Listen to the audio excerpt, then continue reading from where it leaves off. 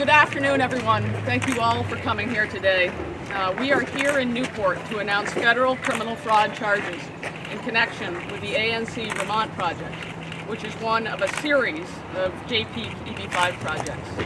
Specifically, the federal grand jury has returned a series of wire fraud, money laundering, and false statement counts against 4 defendants: Ariel Quiros of Florida, William Kelly of Florida, Jong-Won Choi, also known as Alex Choi of South Korea, William Stanger of Vermont. The charges arise from the defendants' design and execution of a scheme to defraud immigrant investors in the so-called ANC Vermont EB-5 project.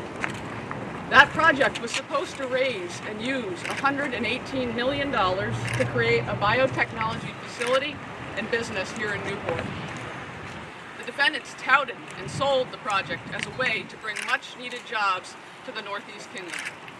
Vermonters in the Northeast Kingdom and across the state, including some policymakers, were understandably applauded that goal. But the defendants lied and they cheated. According to the grand jury's indictment, the ANC Vermont project was not in fact designed to create the number of jobs or the amount of revenue for the Northeast Kingdom that the defendants claimed. Rather, the project was designed to siphon millions of dollars to the control of Quiros and Choi, who were secretly business partners and in charge of the project.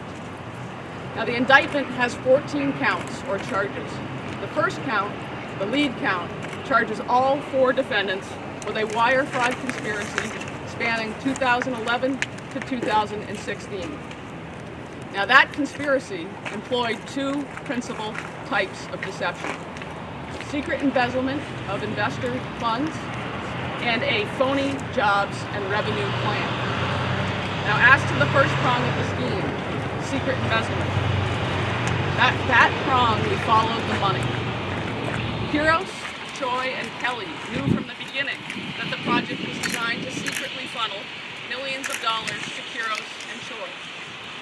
In 2009, the defendants began formulating a plan to replicate Choi's flawed attempt to make money in Korean biotech by creating a supposed American version of his Korean biotech business.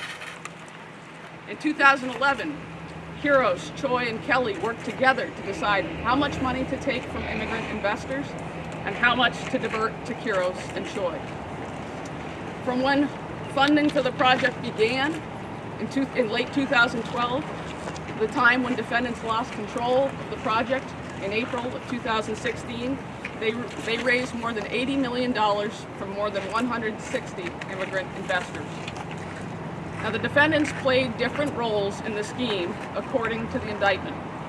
Kelly acted as Quiros' assistant and advisor. Stanger took the lead in marketing the project to investors and also improperly approved payment of investor funds to a company that Quiros controlled. Once the investor money arrived at the Quiros-controlled company, the defendants followed through on their plan and misspent investor funds. Long story short, although the defendants made little progress on project construction, they sent more than $47 million to the use of Quiros.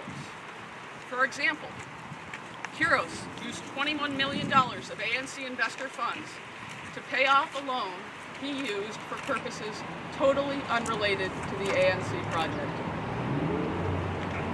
Now, the indictment also alleges that the defendants lied to the Vermont Regional Center about Quiros' use of investor funds. For example, in the fall of 2014, the Regional Center asked the defendants where investor money had gone.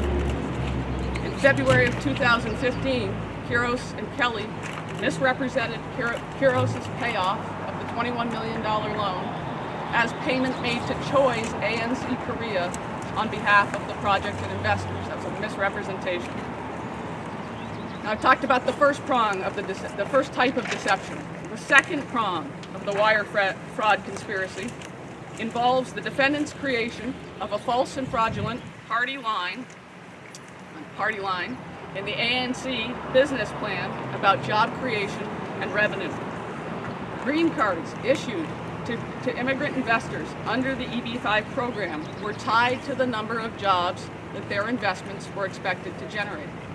The defendants lied in the business plan about job creation and revenue to get investors to pony up money and to get them conditional green cards. The phony party line stated that there would be 3 lines of business at ANC Vermont: clean room rentals, stem cell therapy products, and artificial organs. According to the grand jury's indictment, the defendants lied about all 3. No such businesses were ever feasible at ANC Vermont in the time frame the defendants claimed, and they knew it. Put simply, the defendants devised and stood by a bogus business plan while they made little effort to formulate a legitimate business plan. In 2012, at the project's inception, Kelly and Stanger constructed the inflated jobs report, which is a key part of the offering memorandum provided to investors and Citizenship and Immigration Services for project approval. Instead of having a business plan that drove job numbers, Kelly and Stanger devised job numbers that would satisfy the EB-5 requirements, knowing and without regard to the fact that they had no workable or feasible business plan to generate those jobs.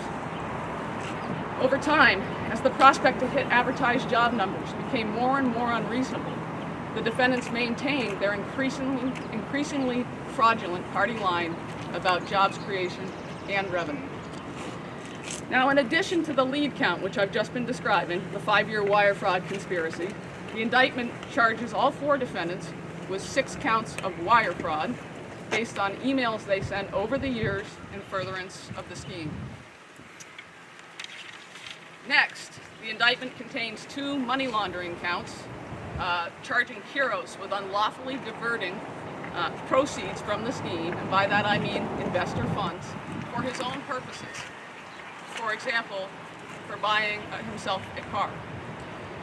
Finally, the indictment contains several counts charging the defendants with deceiving the Vermont Regional Center and Citizenship and Immigration Services, the bodies that monitored and regulated the EB-5 programs. The first of these counts charges all 4 defendants with concealment from the Regional Center of Kiros' use of $21 million of ANC investor money to pay off his loan, which I described earlier. The second charges Kiros, Troy, and Kelly with concealing the fact that Choi was being investigated and prosecuted in Korea for how he ran ANC Korea, including the fact that Choi was in jail for parts of 2013 in Korea and for most of 2014 in Korea. The third charges Kiros, Troy, and Kelly with making false statements about ANC Korea's financial distress. Finally, the fourth and fifth charge Stanger with making false statements to and presenting false documents to the Vermont Regional Center, both to further its needed approval of the project and, relatedly, the defendant's ability to continue to raise investor funds. These false statements were also important facets of the overall scheme to defraud investors. The defendants regularly touted the state's support for the EB-5 projects in selling the ANC Vermont project. But of course, the EB-5 program only functioned correctly if project developers told the truth. The false statements and concealments alleged in the indictment thwarted the program's goals. Now, as you know, the United States Securities and Exchange Commission and the state of Vermont have each previously filed broader civil actions against Kiros and Stanger in connection with numerous EB-5 projects they managed and involving misuse of investor funds.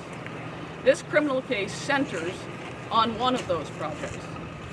It overlaps in some ways with the civil cases, but it also covers matters not raised in the civil allegations.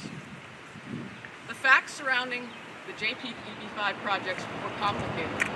My office has endeavored to focus and streamline these criminal charges.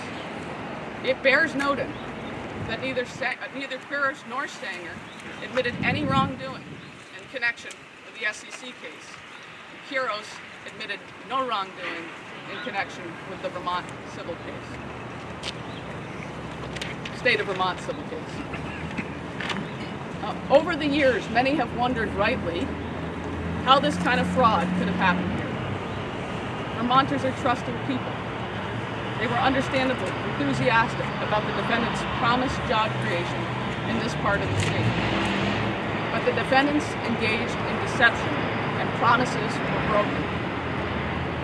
It is wrong, and we hope that the announcement of today's grand jury indictment is a step toward righting that wrong. Now, this case has taken substantial investigative resources, and I want to take a moment to praise those involved. From my office, Assistant U.S. Attorneys Paul Vandegraff, Paul is standing here, and Nicole Kate brought this challenging and complex case. I'm going to tell you right now that lesser prosecutors would have given up or backed down, but these two prosecutors are two of the best in the country. The state is so fortunate to have them.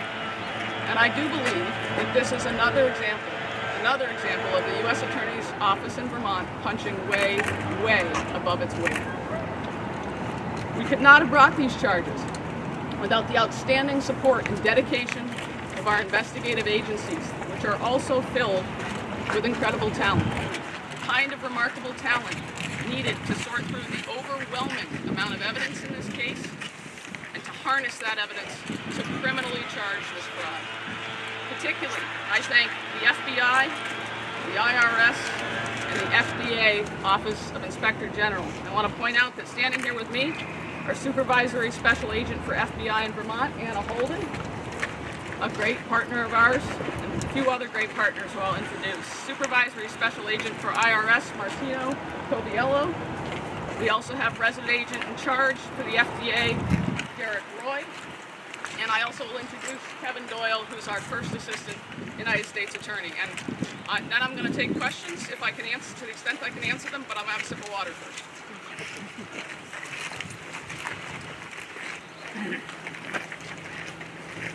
I want to start with the digger. How long have you been working on the case? Well, we started the investigation in 2015. And why did it take 4 years? Okay, so I want to just reiterate, this was a large-scale 5-year fraud spanning 5 years. In a criminal case, to support all 14 of these charges, we had to believe that we had to be sure that we had proof beyond a reasonable doubt. That is, of course, a much higher standard than the civil preponderance of the evidence standard. And so it takes longer to reach that threshold of proof. But a few other things I want to point out. This case involves more than 1 million pages of evidence, more than 500,000 individual documents as part of the evidence collection. There's a Korean angle to this investigation, and there are all kinds of hurdles associated with international evidence collection. There's Korean travel associated with it. And so that all takes a substantial amount of time. I also want to point out that there are 15 prosecutors in the United States Attorney's Office who carry full-time caseloads and don't have administrative responsibility. And this is, again, a $100 million long-term fraud, possibly I think the biggest in the history of the state. And I do think this is an example of a little office tackling a massive fraud and punching above its weight. The two other quick things I want to say are, we're spinning a bunch of other plates. So there's drug dealing going on right now in Newport. And we have all kinds of other priorities that we have to devote our resources to, like child exploitation, human trafficking, violence. But at the end of the day, I do think that this is, look, you need to take the time you need to get it right. We think we have it right here. The grand jury, this is what the grand jury has found. This is the time it took, and we're proud of it, but I do want to make sure everyone understands we have a long way to go. The defendants are presumed innocent right now, and there's a long way to go in this process. Why are we in front of the hole? Okay, so it's very important to me that the U.S. Attorney's Office have a presence outside of Chittenden County and make sure that all communities across the state know that we're here for them and we're fighting for justice for them. We thought it was important to do this in the place in Vermont that was most shook, most rocked, most affected by this fraud. We wanted the easiest place to do it is a public place, but more than that, the indictment, this piece of property actually is related to the allegations the grand jury has returned. Specifically, the grand jury indictment alleges that $250,000 of ANC investor funds paid in the form of administrative fees were used as an initial down payment on this property, the Spates block, which the defendants planned to use to construct a future EB-5 project. So part of their misuse of funds involved the purchase of, or at least the down payment improperly with ANC investor funds on this block. Christine, what would you say to Vermonters, particularly the folks here in the Northeast Kingdom? Is this one step closer to recovery of this area? What is the message that these indictments send? Well, I just had a lovely conversation with the mayor actually before I got up here, and I think he could speak to how well the kingdom is doing and well Newport is doing, notwithstanding the fraud. But in terms of the message, it's so important that Vermonters know that when a big fraud happens in a small state, we are going to seek criminal accountability. We're not going to think, this is too much, or we got too much else going on and we can't tackle it. We're fortunate to have prosecutors who are so dedicated and so talented, and investigative agencies that are so filled with talent and dedication. And so it's important for Vermonters to know that we are going to seek to hold people criminally accountable when big fraud happens even in our small state. Are you looking at any of the other projects that were part of the EB-5? What I will say is this is a thorough investigation.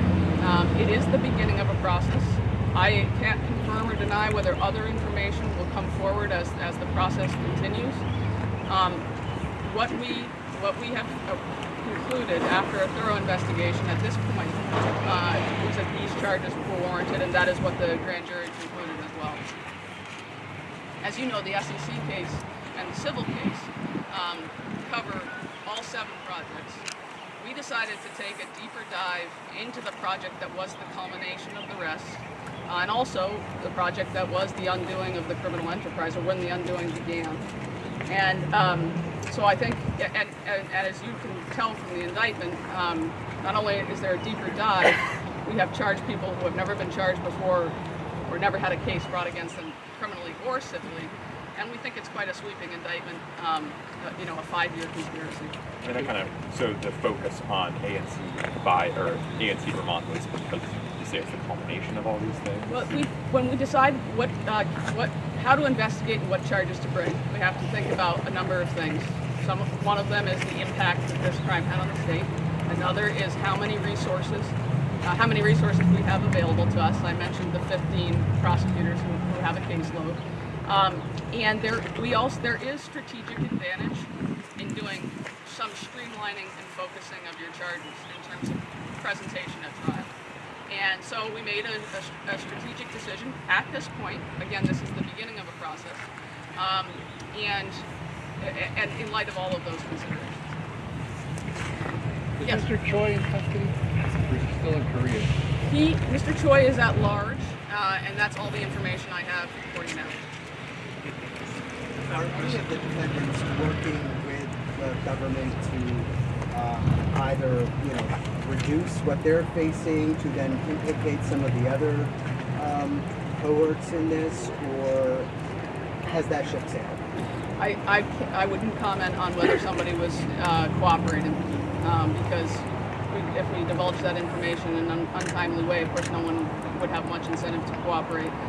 Again, this is the beginning of a story. It's the very beginning of a case. In many ways, we're just at the start line. I'm not saying it's not a significant moment, but there may be more story to come. I only have so much for you today. Excuse me, if you could speculate, if you can, there's a lot of people under the assumption that this property is owned and controlled by the city of Newport, and that the city of Newport is the deciding factor of what actually happens to the development of this property. who currently owns the property is under its control, and secondly, after this is said and done, who will be the owner and under the person in control of the property? It's the receivership.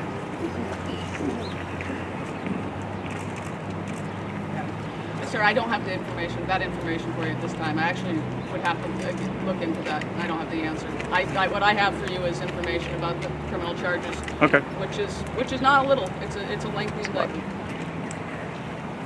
Will you be taking a look at Burke Mountain? Because that was left out of the SEC charges.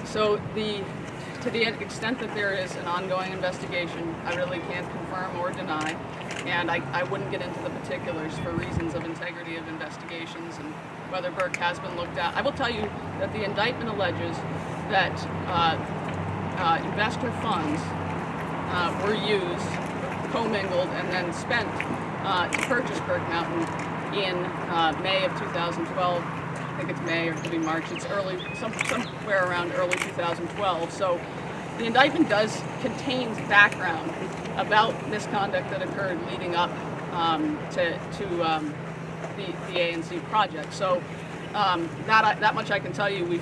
The grand jury has found when it comes to Burke Mountain that funds from other projects were used to purchase Burke Mountain. So from the very beginning, this whole concept of the ANC bio was fraud. Or was there some hope that it could actually happen and it just went bad as things progressed? So in 2011, there was a decision made to double the price of the ANC bio project, according to the grand jury, and to make it an $100 million project instead of the $50 million project it was originally conceived of as. And when that decision was made, that bump to a $100 million project instead of 50, there was all kinds of hidden profit in for the defendants in that $100 million they intended to raise. And in fact, they diverted $47 million to the use of Kuros. So at least as early as 2011, when they doubled the price of the project, they built in the costs that they put into that figure were inflated, and the inflated parts were to be siphoned to them for their use. Are you looking at all at penthouse suites? Anything that's not in the indictment that may or may not still be under investigation, I just can't comment on today. Again, I'll reiterate, this is a beginning of what I think will be a long process, or we hope not too long, but there's a process ahead. And we'll try to answer as many questions as we can as information can be divulged as the process goes on. The indictment says that the Vermont Regional Center in late 2013 started asking questions about ANC bio. And I'm wondering if you're at all looking at what the state did or didn't do previous to 2013, and specifically that end of year situation in 2013. And specifically, I'm wondering if you're taking a look at Governor Peter Shumlin's misstatement about the J-Peak projects having been audited in October 2013, a video that was sent all over China. And that's a misstatement because the projects were never audited by the state. They weren't even audited by J-Peak itself, as stated in records that have been made available by the Vermont Attorney General's office from George Giulisano. Are you going to be looking at the state's role at all? We've conducted a 4-year thorough investigation, again, involving the amount of evidence that I've described. That investigation has led to the conclusion by the grand jury in my office that these are the criminally culpable parties, and these are the criminal charges at play. And that's all. That's what we do is investigate crimes. This is the result of the criminal investigation thus far. And all I can tell you is it's been a thorough one. I'm not saying there's not going to be more to the story in the days ahead.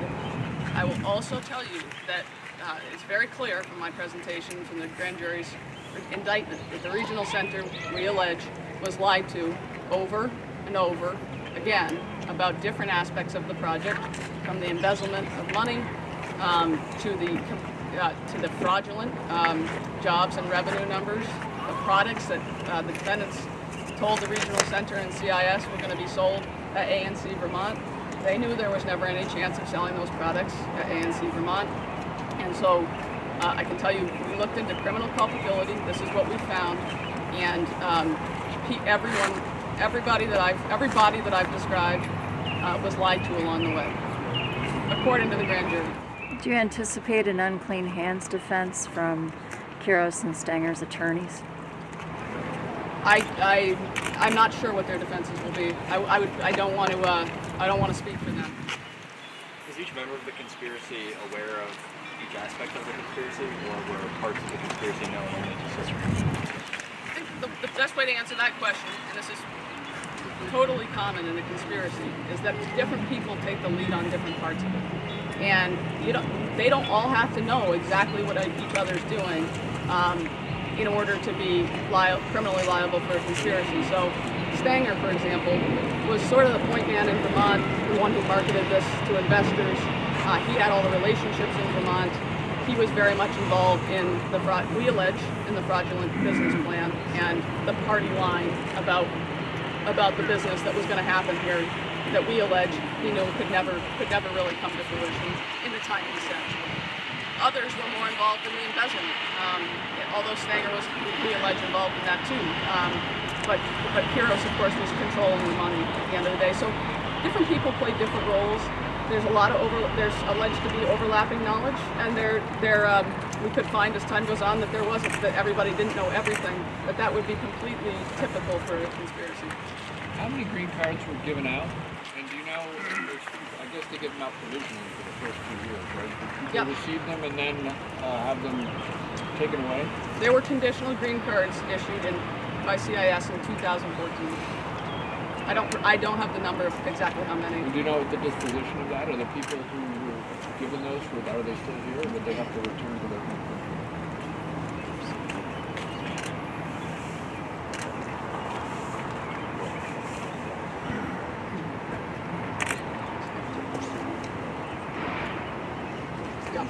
So, according to Assistant U.S. Attorney Van de Graaf, who knows this case quite well, the receiver either returned their investments to them or help help steer them toward other projects that would allow them to stay on a track toward green cards. So, some of them did not get green cards.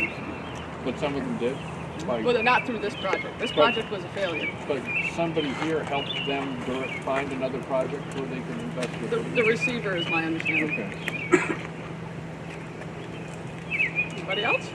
Can this happen again in Vermont, based on what you've learned through the process? Well, I mean, part of why we bring criminal charges is for the purpose of deterrence and to send a message that don't try this here in Vermont. Don't think we can't tackle this kind of investigation. Again, it's just a charge at this point. So I never say never. I am an optimist by nature, but sure it could. We hope that people who might think about conducting a massive fraud in Vermont would think twice in light of the fact that we are here today announcing charges. To the extent you can you tell us a little bit about what happens next? Okay, so the defendants were not Choi, of course, but the other 3 defendants were arraigned this morning. As I understand, released on conditions, including unsecured bond, restricted travel to the United States, and forfeiture of passports were some of the main conditions. Now we will see what, if any, pretrial litigation the defendants want to file. So it's very common after a case is charged and arraigned, the defendants will seek to challenge the admissibility of various types of evidence. I don't know if they will, I'm not saying they will, but commonly in criminal cases they challenge the admissibility of evidence. They may have challenges to the way evidence was collected. We'll just have to see, depending on the length and nature of any pretrial litigation, which maybe they won't file any, but assuming they do, that will take some number of months. And after that is resolved, then the case will be set for trial, unless things go differently. But that would be the ordinary course. Are the indictment documents now on the court website?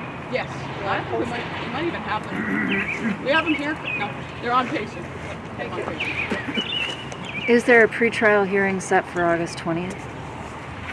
Or is that the deadline for? I think that must be, I was not there this morning, but I think Okay. that today is May 20th, so that's got to be the deadline for them, their first deadline to file any Okay. pretrial motions they have. So unless they ask for a continuance of that deadline and unless the court grants it, we would expect at this point to see any pretrial litigation that they have by that August 20th deadline. Great, thank you. Any other questions I can answer? Okay, thank you all for coming. I know it was a drive, at least it was a beautiful day, and again, we thought it was important to do this here in Newport. Thank you. Thank you. A lot of people seem to think that this property is owned by Newport, and it's not. It is not owned by the city of Newport. Who is it owned by? The Do you have a name? Well, Michael Goldberg is the receiver. Okay. He's the one who's trying to sell JP. He's like the executive he was of it appointed. all? He was appointed by the court, Miami Court, Dade County Court system to oversee the properties and the sale of the properties. It has He's the one nothing that to- helped. He's the one that helped recover the money It for has some of the nothing to investors. do with Newport owning any of this property. Right. That is Okay. correct. All We right. do not own the property. When this is all said and done with this overseer of the property, do you expect that this is going to be released to people? And who would those people then be that then would be the owner of the property? My understanding is it will be up to the receiver to sell this property. Okay. He'll put it on the market like any other real estate Right. transaction. And when the time comes, he'll focus on hopefully selling this piece of property. Will the city be in bid to purchase the property from the receiver when it comes to that, or are you just going to let whoever develop We have no develop plans it? right now to purchase the property. Okay. I can assure you the taxes are fully paid on it, and Right. of course if the city owned it, we wouldn't be getting any tax revenue from the property. But no, we have no plans on purchasing the property. Okay. Anything else you want to share? Or If I could rewind a little bit, I guess general response to today's news. It's been a long time coming, so what's your response to that? Well, it's been 3 years since the announcement, April 2016. I can tell you that within a month of that, the city remobilized and we've moved forward from that aspect. I think this is just another part in the healing process for the community, because if you look at it, Newport was hurt the most by these projects not coming to fruition. So I think it's just another sense of healing, and I think it's showing the community that justice works. We know they're innocent until proven guilty, but justice big does. wheels turn slowly. Wheels turn slowly, Yeah. and it takes time to do thorough investigation. Sure. Way beyond my pay grade. And so I think it's just another sense of healing for the community. What do you think about Bill Stenger? I mean, just a few years ago, the town hall had a sign on the door that said, "Thank you, Bill Stenger." And now, he shows up in court in handcuffs. What's your reaction? Very disappointed. We were duped like everybody else, and that's the thing. The community was duped. I mean, I've known Bill for a long, long time, and it's a sense, I hate to say sadness. To me, it's personally sad that something like this happened, especially knowing Bill. I felt duped because, he was part of the thing that promised this development here, promised ANC Bio. I mean, I was in many meetings with him. I was actually in meetings with Bill and state officials, and it was all like, we basically were sold a bad bill of goods. This is what happened. And it's not, people say, well, the city should have had more oversight. Not really. This is a big enough project. It should have been the state EB-5 overseeing it. They're the ones that have the oversight over this type of project. All the oversight that we have is the zoning aspect. And, when you promise jobs and eliminating a block that was really, this is actually better than what was here. Compared to the buildings that were here. And so we were really optimistic. And then when I'll be honest, when things started dragging on, then I kind of deep down became suspicious. But in a way I didn't become suspicious because the state hadn't picked up on anything yet. And so what does the light at the end of the tunnel look like beyond the suspicion and the doubt and the betrayal and the for the city? depression? What is the optimistic viewpoint at the end, the goal? The optimistic viewpoint is this gets redeveloped into a nice new building. Oh, sorry. You're okay. I'm talking to my head. It gets redeveloped into a nice new building complex. There have been some conversations about what we would like to see there, but I can't go into it. Sure. I've met with a couple people, but I can't say anything. Is it on the market now? I don't believe it is. What is Goldberg waiting for? I think he's trying to sell JP. That's what I gather from reading all the press and all the newspapers. I mean, I haven't spoken to the receiver in probably a year and a half at least. Really? No. It's just been kind of letting him do his thing, and I know for what my indication is, he really wants to sell JP this year. I think that's what he's reported to everybody. I think this is kind of a lower priority. That's what you're saying. Because if I understood right, it wasn't direct EB-5 money. It was money that was funded. So there was no direct EB-5 investor money here. From what Did you get a copy of that? I didn't get a copy of that, but from my gathering There was is no, they siphoned off It was money from siphoned. the administrative fees for ANC Bio to purchase this, property, right? And so according to the indictment. right. So it's not direct; it's indirect. So I think the issue there is the receiver has to make the investors whole, and so this was done with that other money. What were the, just to, That is investor money. It is, but There you go.